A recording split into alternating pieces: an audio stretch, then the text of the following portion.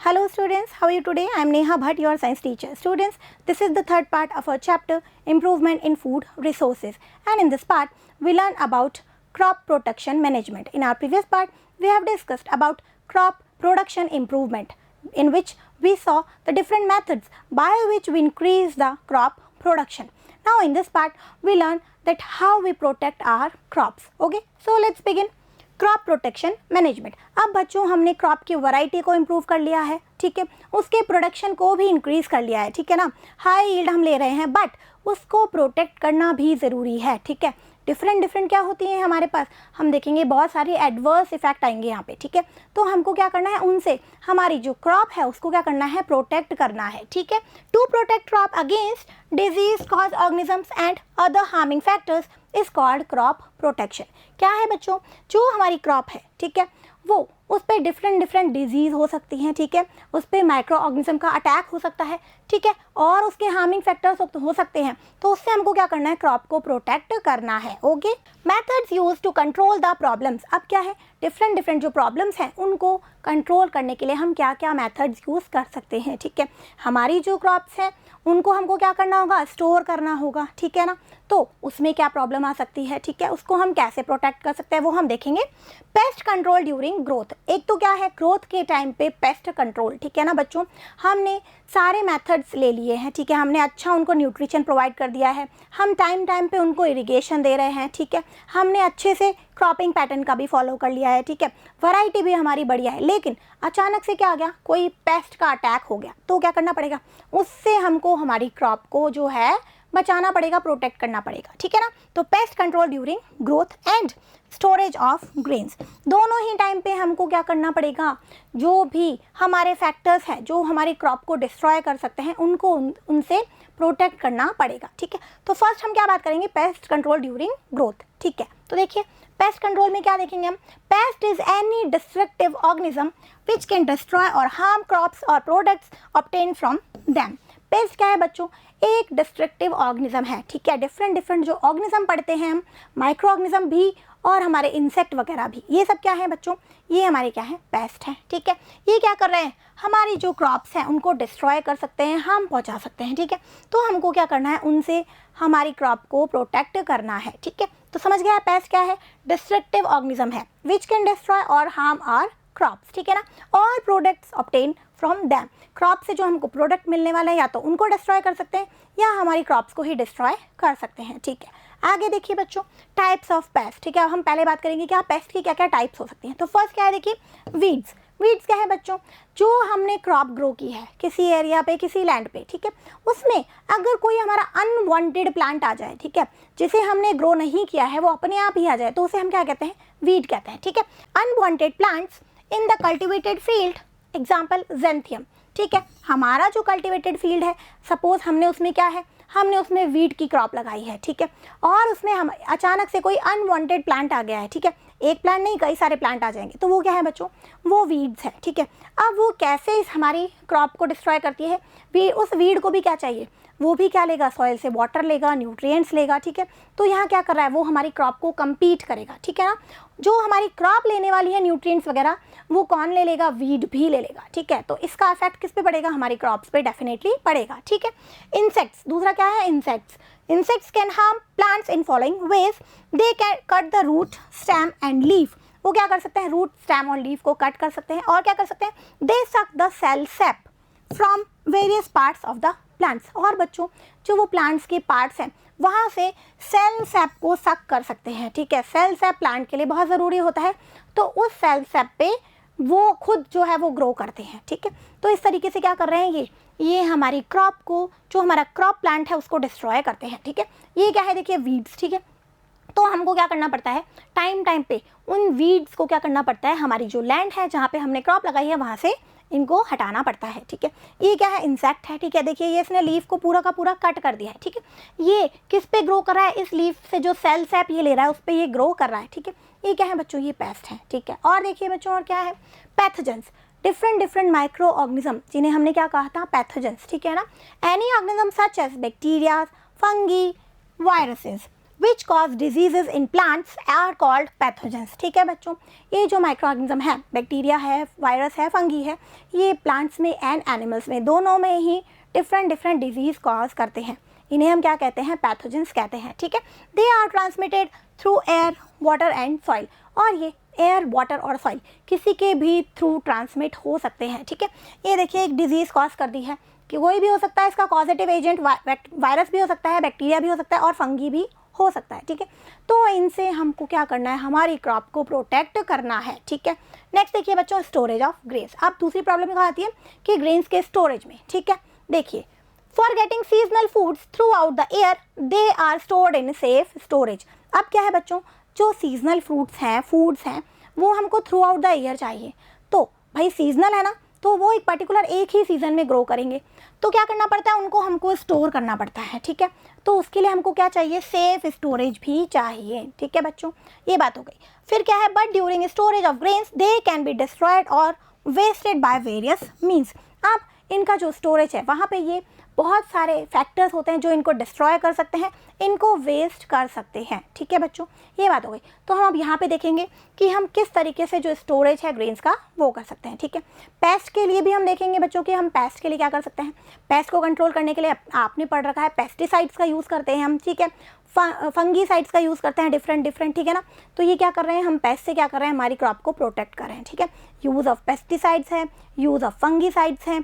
ठीक है ना, ये क्या कर रहे हैं? पेस्ट से, इंसेक्ट से हमारी क्रॉप को प्रोटेक्ट करते हैं। ठीक है, हम बात कर रहे हैं अब क्या? Storage of grains. ठीक है, आगे देखिए इसमें बायोटिक प्रॉब्लम। अब इसमें किस टाइप की प्रॉब्लम आ सकती है? बायोटिक भी हो सकती है और एबायोटिक भी हो सकती है। बायोटिक में बिल्कुल वही क्या आएंगे?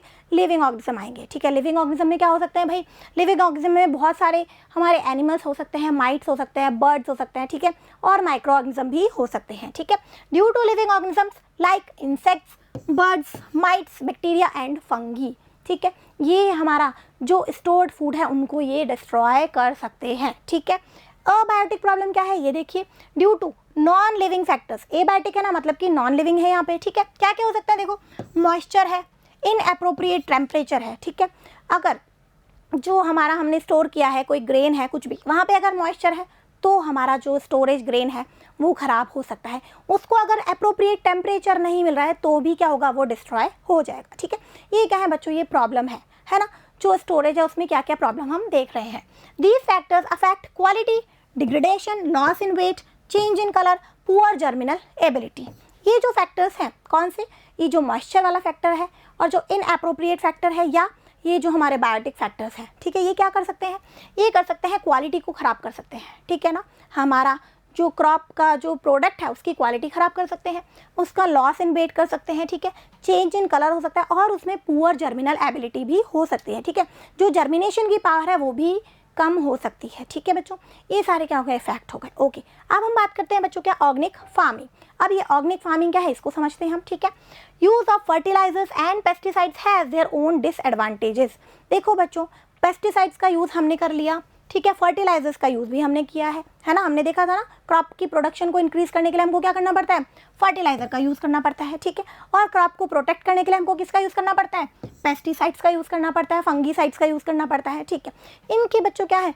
कुछ डिसएडवांटेज हैं। ठीक है, क्या है? हमने देखा था, एक तो क्या है? ये इको फ्रेंडली नहीं होते हैं। ठीक है, ये बच्चों क्या होता है? जो प्लांट्स है उसको भी नेगेटिव इफेक्ट डालते हैं, और उन प्लांट्स को कौन ले रहा है? अल्टीमेटली हम एनिमल्स ले रहे हैं, तो हमारी बॉडी में भी इनके नेगेटिव इफेक्ट होते हैं। ठीक है, तो ये ऑर्गेनिक फार्मिंग क्या है इसको समझते हैं बच्चों।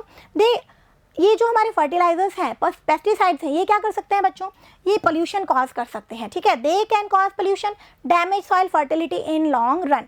लंबे टाइम तक अगर इनका यूज़ करते रहें तो जो सॉइल फर्टिलिटी है वो कम हो जाती है। यस, ये न्यूट्रिएंट्स प्रोवाइड कर रहे हैं, बट हमारी जो सॉइल है ना उसकी जो नेचुरल फर्टिलिटी है वो कम हो जाती है इनके यूज़ से। ठीक है, grains, fruits, vegetables obtained may contain harmful chemical in small amount. जो ग्रेन्स हैं, फ्रूट्स हैं, वेजिटेबल्स हैं, जिन पे हमने पेस्टिसाइड्स का, फंगीसाइड्स का, फर्टिलाइजर्स का ज़्यादा यूज़ किया है, उनमें क्या है बच्चों? उसमें प्रेजेंट है केमिकल सब्सटेंसेस। ठीक है, स्मॉल अमाउंट में ही सही, लेकिन क्या प्रेजेंट है? केमिकल सब्सटेंसेस, जो हमारे लिए, हम ह्यूमंस के लिए, एनिमल्स के लिए क्या है? सही नहीं है, हार्मफुल है। ठीक है, और बच्चों हमारी बॉडी में जाने के बाद में ये जो केमिकल्स हैं ये और भी ज़्यादा इंक्रीज़ हो जाते हैं। ठीक है बच्चों, तो ये क्या है? इनका एक नेगेटिव इफेक्ट है। इससे बचने के लिए हम क्या देखेंगे, इससे बचने के लिए हम देखेंगे ऑर्गेनिक फार्मिंग। ठीक है, इसे समझते हैं बच्चों।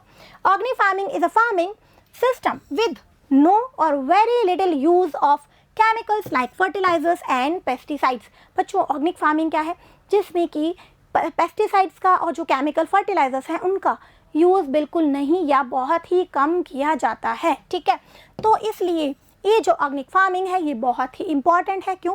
क्योंकि ये है इको फ्रेंडली। ठीक है ना, ये जो एनवायरमेंटल पोल्यूशन है उसको भी कम कर रही है और ये जो केमिकल्स के जो साइड इफ़ेक्ट्स हैं, नेगेटिव इफ़ेक्ट्स हैं, उनको भी कम करती है। ठीक है, यहाँ पे बच्चों पेस्टिसाइड्स का, फर्टिलाइजर्स का यूज़ बिल्कुल नहीं किया जाता है या बहुत ही कम किया जाता है।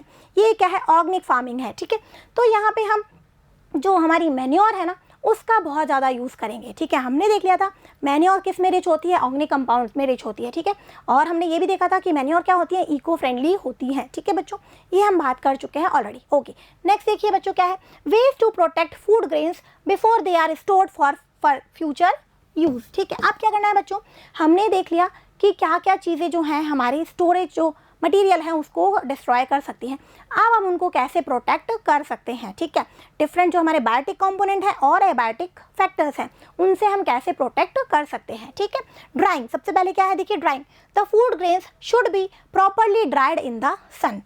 फूड ग्रेन्स को स्टोर करने से पहले क्या करना होता है, प्रॉपरली उनको ड्राइड किया जाता है, उनमें मॉइस्चर नहीं बचा रहे। ठीक है, ओके, नेक्स्ट क्या, मेंटेनेंस ऑफ हाइजीन, हाइजीन का बहुत ज़्यादा ध्यान रखना होता है। ठीक है, the grains must not contain insects, वहाँ पे किसी तरह के इंसेक्ट्स, माइट्स, रेट्स वगैरह नहीं हो, हाइजीन का बहुत ज़्यादा ध्यान रखा जाता है। ठीक है, और क्या है बच्चों, the godowns should be cleaned well, जो गोडाउन्स हैं जहाँ पे स्टोर किया जाता है वो कैसे होने चाहिए, प्रॉपरली क्लीन होने चाहिए। ठीक है, the cracks in the roof and on the walls and floor should be sealed completely, जो वॉल्स पे, रूफ में जो क्रैक्स हों उनको क्या करना होता है, कम्प्लीटली सील्ड कर देना चाहिए। ठीक है, ताकि वहाँ से क्या है, कोई भी जो पैथोजेंस हैं, जो इंसेक्ट्स हैं, माइट्स हैं, वो एंटर नहीं कर सकें। ठीक है, और देखिए बच्चों फ्यूमिगेशन, ये क्या है, godowns and stores should be properly spread with fumigants, जो गोडाउन्स हैं वहाँ पे फ्यूमिगेंट्स का क्या होना चाहिए, स्प्रे करना चाहिए। ठीक है, प्रॉपरली वहाँ पे स्प्रेइंग होनी चाहिए किसकी, फ्यूमिगेंट्स की।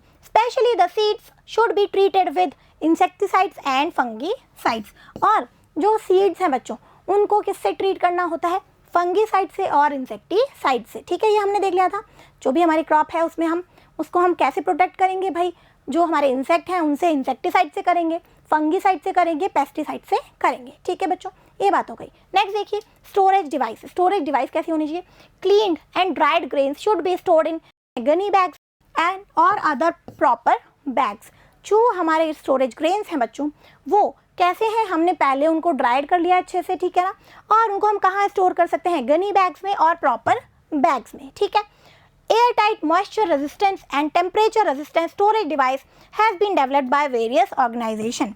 डिफरेंट ऑर्गेनाइजेशन है जो क्या बनाती हैं बच्चों, डिवाइस बनाती हैं, स्टोरेज डिवाइसेस, वो क्या होती हैं, एयर टाइट होती हैं। ठीक है, मॉइस्चर रेजिस्टेंस होती है एंड टेम्परेचर रेजिस्टेंस होती है। ठीक है, मीन्स क्या है, एयर टाइट है तो एयर नहीं जाएगी उसमें अंदर, तो एयर के साथ में जो माइक्रो ऑर्गेनिज्म है वो भी नहीं जाएंगे। ठीक है, मॉइस्चर रेजिस्टेंस है तो मॉइस्चर का भी इफेक्ट नहीं होगा। ठीक है, और क्या है, टेम्परेचर रेजिस्टेंस है तो टेम्परेचर वेरिएशन का भी यहाँ पे इफेक्ट नहीं होगा। ठीक है, इस टाइप की डिवाइसेस जो है डिफरेंट ऑर्गेनाइजेशन बनाते हैं। ठीक है, किसके लिए, स्टोरेज के लिए। ठीक है बच्चों, ये बात हो गई।